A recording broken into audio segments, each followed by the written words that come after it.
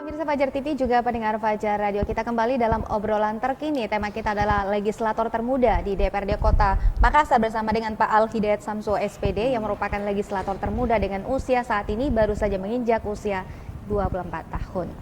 Nah, menjadi legislator termuda, apa sih yang mau dijalankan, programnya apa Pak di Komisi D ya? Komisi D. Sebelum kita masuk Komisi D, saya kemarin saya melihat saya belajar tentang visi Kota Makassar. Ternyata visi Kota Makassar ini adalah visi dunia. Saya ingin ada program. Saya ini lagi bangun komunikasi, saya sudah tanya ketua fraksi. Sekarang saya mau ketemu sama pimpinan DPR dan Sekwan. Ingin membangun di DPRD Kota Makassar ini membangun infrastruktur teknologi. Kita lihat bahwa di DPRD Kota Makassar sekarang ini Pak Bu, bahwa anggota DPR itu, masyarakat kurangnya memiliki trust kepada anggota DPRD Kota Makassar. Kenapa? Karena kita di parlemen kalah terkait dengan publik informasi. Kita lihat di DPR ini dalam konteks publik informasi dalam Reses, Perda, itu kan model-model konvensional lagi. Sementara ini kita sudah masuk suatu peradaban baru, yaitu revolusi 4.0, 4.0. Kenapa kemudian kita tidak memanfaatkan itu? Apa yang ingin kami bangun di DPRD Kota Makassar adalah infrastruktur teknologi yang bertujuan adalah check and balance, menyimbang antara eksekutif wali kota dengan DPR. Saya ambil contoh, wali kota, kalau saya tidak salah aplikasinya itu Sombere apa itu kan? Iya, Sombere Makassar.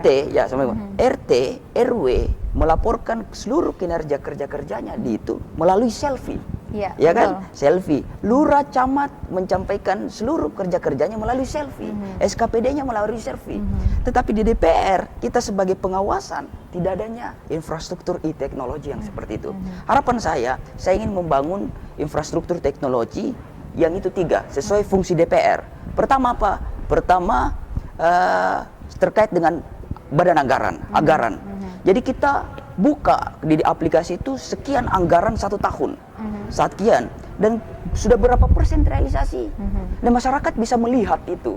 Kemudian juga masyarakat bisa melihat di mana SKPD beli ini, misalnya contoh kursi, di mana masyarakat kemudian bisa mengecek itu tempat pembelian itu, di sini nota dan lain-lain sebagainya. Terkait dengan lagi pengontrolan DPRD Kota Makassar, pengawasan. Kita bisa menyampaikan kepada SKPD, kadis yang ada di Kota Makassar melalui teknologi juga untuk mengefisienkan kegiatan-kegiatan kita. Contoh apa? SKPD punya program, tetapi kita bisa mengawasi mereka juga melalui selfie. Kita bisa mengawasi bahwa kita foto ini pekerjaan kamu ini belum selesai gitu. Ini kok seperti ini guru di sekolah ini tidak ada. Kasihan dong ini anak siswanya. Kita kirimkan langsung. Jadi cepat kita kerja. Terlalu lama kita kalau hanya memakai gaya-gaya konvensional. Terkait lagi kalau kita mau bikin legislasi kan? Iya, betul. Perda. Kita ingin membahas tentang perda, misalnya contoh kesehatan. Kita akan berdiskusi tentang akademisi, anggota DPR dan eksekutif. Kita lagi bahas. Kita lempar ke masyarakat lagi. Karena ini yang dibuat ini peraturan ini tujuannya adalah masyarakat. Libatkan loh masyarakat melalui teknologi yang ada ini. Suatu saat nanti kita akan masuk satu peradaban itu. Dan kemudian juga kita bikin ruang dialog. Jama ada, sekarang sudah ada jama. Tapi harapan saya dalam teknologi itu kita satukan. Kita menyampaikan reses melalui menyampaikan laporan melalui aplikasi aja. Itu rekam digital itu jelas ada. Betul. Kemudian menyampaikan ajama sangat, saya pikir itu sangat visioner banget gitu, Mbak. Kenapa? Karena kita lihat ini demonstrasi yang kemarin. Betul. Sebelum adanya demonstrasi di lapangan yang sangat masif dan sistematis, adanya demonstrasi yang ada di teknologi. Kita akan masuk suatu peradaban baru yang dimana tidak ada lagi demonstrasi yang di jalan. Krusial baru ada. Yang ada apa? Di teknologi. Bagaimana kita membuat itu? Bagaimana kita duluan membuat itu di DPRD Kota Makassar, memberikan contoh kepada parlemen yang ada di Republik Indonesia. Jadi itu kalau kita pakai sistem itu, nanti saya akan ketemu sama pimpinan dan sama Sekwan. Kalau kita pakai sistem itu, ya orientasinya transparansi. Kalau transparansi tidak ada lagi korupsi.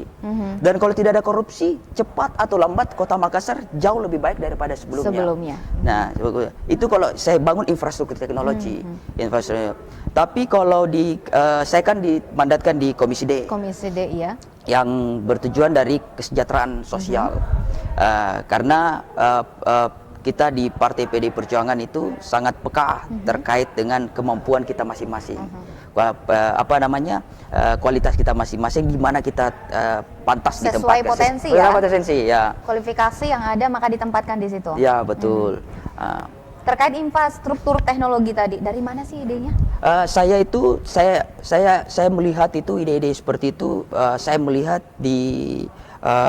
saya terinspirasi dengan pendiri Google. Oke. Pendiri Google itu mereka sama ada namanya Mary Black. Mary Black itu anggota DPR dari anggota parlemen dari Inggris. Beliau itu berusia 22 tahun.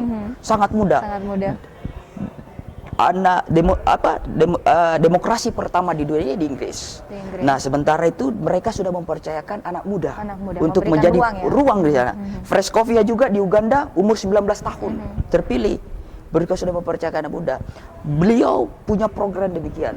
Maka saya terinspirasi juga untuk membangun di Kota Makassar. Kita mengawali di Kota Makassar supaya bisa menjadi terinspirasi di seluruh parlemen yang ada di Indonesia.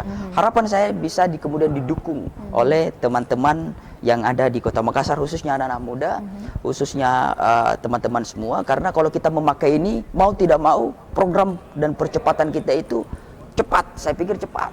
Karena bukan semata-mata kita hanya bekerja melalui teknologi. Ini cuma mengefisienkan saja pekerjaan kita. Di ruang-ruang tidak ada, misalnya kita lagi di rumah, kita bisa kerja juga. Karena kita ini kalau saya sih masih muda kan, jadi masih muda. Kita tidak formal-formal aja, baru paripurna baru kita kerja. Di rumah juga bisa kita kerja melalui teknologi itu kan. Ya, jadi saya mendapatkan inspirasi dari situ. Dari situ ya. Tapi kalau idenya ini atau rencana-rencana ini memang ada sebelum duduk di parlemen atau setelah duduk nih?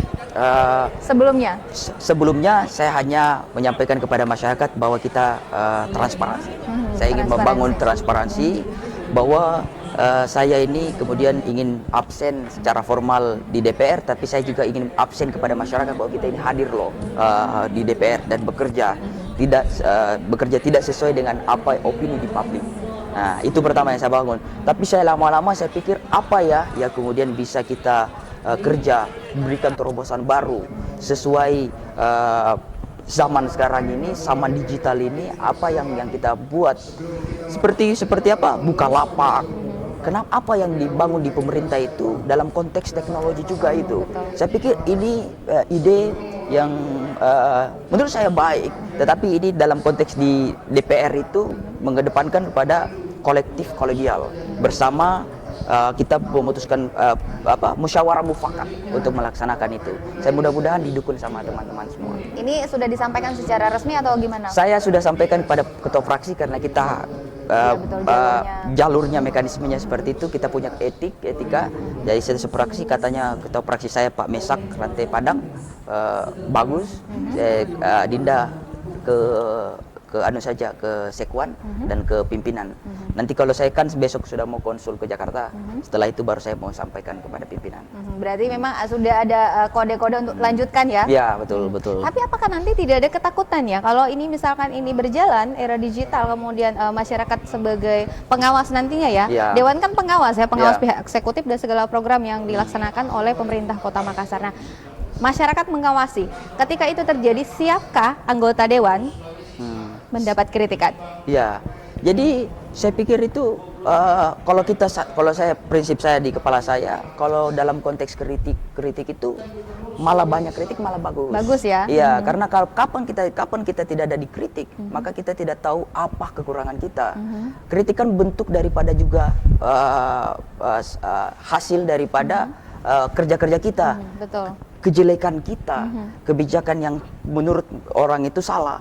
Makanya dari situ saya pikir kalau saya pribadi saya siap dikritik saja. Siap dikritik asalkan sesuai substansi apa yang disampaikan. Jadi memang menggambarkan sebagai kaum muda atau kaum milenial, karena kaum muda kan identik dengan tata cara berpikir lebih cepat, efisien dan juga adalah mengedepankan pemanfaatan teknologi tepat guna tentunya, seperti ada program infrastruktur teknologi. Nah, kira-kira kalau ini diterapkan, ada target khusus kapan mulai diterapkan setelah semua proses atau mekanisme dijalankan? Ya, jadi kan kita punya mekanisme yang ada di DPR Kota Makassar ini. Kalau kita ingin menetapkan itu, kita ingin kumpul semua anggota DPR, tapi pertama awalnya pimpinan. Insya Allah kalau pimpinan mendukung, sekuen mendukung, kita akan bawa lagi kepada ruang yang spesifik, dikaji betul apa diksinya, siapa yang ingin membangun teknologi ini, bagaimana model teknologi ini. Tapi saya ingin melibatkan anak-anak muda yang di Kota Makassar saja, yang paham betul teknologi, kemudian diksinya, apa alasannya dibangun ini dan apa tujuannya, dan kalau tujuannya itu seberapa lama kira-kira menurut saya itu sampai tujuannya. Jadi untuk sementara ini secara kompleks saja, tetapi secara spesifik objektif nanti kalau pimpinan sudah mengiyakan, baru saya lagi akan mencari secara spesifik dan cara model apa ini aplikasinya, atau aplikasi kah, atau infrastruktur teknologi kah, atau bentuk apakah itu. Konsepnya tengah dikaji atau tengah dipersiapkan atau sudah ada konsepnya tengah dijalankan? Lagi persiapan ini. Persiapan ini. Siapa saja yang akan Anda libatkan ketika ini mulai dilaksanakan nantinya? Ya. On the way proses ya? On the process, tentu paling penting adalah akademisi. Akademisi karena akademisi memberikan kita resiko, manfaat dan lain sebagainya. Kalau dalam secara teknis, saya pikir mudah-mudahan dibantu oleh anak-anak muda di Kota Makassar yang terkait daripada jurusan IT, SMK maupun di kampus masing-masing itu. Baik, tadi saya menyimak ya, ada beberapa poin tadi bahwa memang kiblatnya adalah Inggris. Ada ya tadi penyampaian dari itu. Kemudian memang berapa jam sih dalam sehari membaca? Karena orang dengan tingkat baca yang luar biasa, maka pengetahuannya akan luar biasa pula. Berapa lama waktu membaca sehari? Oh, sehari. Ini juga terkait karena kaum muda yang mengetahui banyak hal tidak terlepas dari kebiasaan untuk membaca. Saya penasaran dengan hal itu. Betul. Jadi kalau soal membaca, mungkin weekend lah baru saya membaca, karena kalau kita di sini sibuk 24 jam. Kalau sampai di rumah kita langsung tidur tiba-tiba istirahat. Weekend. Tapi kalau sebelum saya biasa tidur, saya itu YouTube itu sambil ketiduran kan, supaya ada kalau ada aplikasi itu. Jadi kalau kita tidak membaca,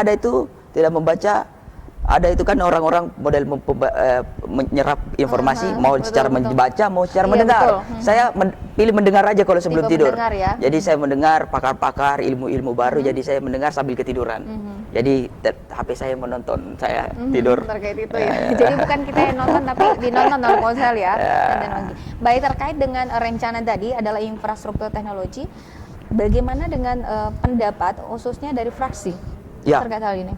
Fraksi PDI Perjuangan mengatakan bahwa ini ide yang sangat baik, ini yang sangat visioner, ini sangat visioner, ini lifestyle betul masuk pada kita 4.0 ini.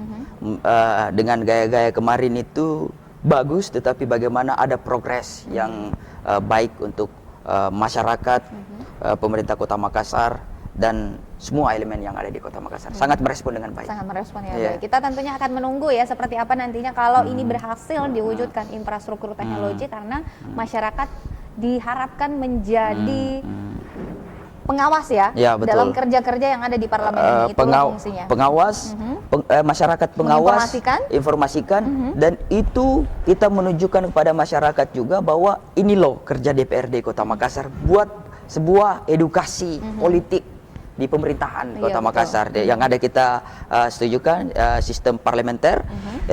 Inilah hasil kerja eksekutif juga. Di situ kelihatan inilah hasil kerja legislatif. Dan di mana ada miss di sini, disitulah ada yudikatif untuk melihat apa masalah-masalah yang ada di sini, diperiksa dan lain sebagainya. Sehingga ada solusi yang dihasilkan nantinya ya, bahwa ini menjadi bahan evaluasi juga, bahan untuk bagaimana menyukseskan program yang ada. Seperti kalau misalnya saya kan di Komisi D. Komisi D. Misalnya seperti ini, di rumah sakit. Contoh di rumah sakit ada masyarakat yang tidak dilayani oleh apa namanya? Pihak rumah sakit Rumah atau sakit, dokter tidak, ada yang dokter tertera tidak ya? dilayani masyarakat. Masyarakat bisa kemudian memot foto itu, lalu mengirimkan di situ. Tapi bukan hanya DPR yang melihat itu, Iya, betul. tetapi SKPD-nya juga, Iya, dinas yang terkait pemerintah ya. bisa melihat juga itu. Jadi kita ini dalam prinsip Pancasila kan itu ada 5 sila, Iya, betul. diperas jadi trisila, diperas jadi satu gotong royong. Jadi itulah yang diinginkan Bung Karno, bahwa bagaimana kita membangun bangsa ini melalui gotong royong. Tidak hanya kita membangun Indonesia atau kota Makassar ini bersama, tetapi gotong royong juga merasakan apa hasil daripada itu. Sehingga dapat Ya. bersinergi semuanya Ya, ya, betul. dengan itu. Ya, baik. Partisipasi. Kita masih akan membahas terkait dengan program apa yang akan dilaksanakan selama 5 tahun ke depan. Tapi usai jeda pariwara berikut ini, tetaplah bersama kami.